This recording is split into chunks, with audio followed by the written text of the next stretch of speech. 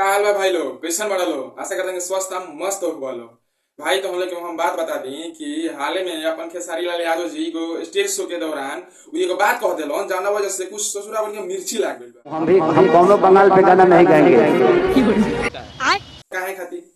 अरे भाई अपना गांव जवार में कहावत कहल जाला कि जब अगर केहू को ठोकर लागे ना तो ओकरा देख के सीखल जाला। ई नहीं जरूरी कि हमरो ठोकर लागी तबे हम सीखम।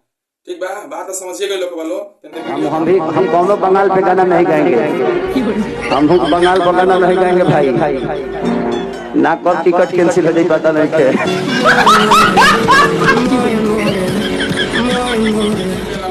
अब ई बताओ लो मैं कहा कि केहू गलत कहले बा, तू हमरा के बताओ। जे भी भोजपुरी जनता जनार्दन बाटे उ हमरा एगो बात बताओ, मैं का गलत कह देला बड़े? इहे न कहले मैंने कि भाई अब बाबा रे अब हम ना करे मैसन काम ना तो सारा वहीं से टिकट कट जाता। सही तो बात बा भाई।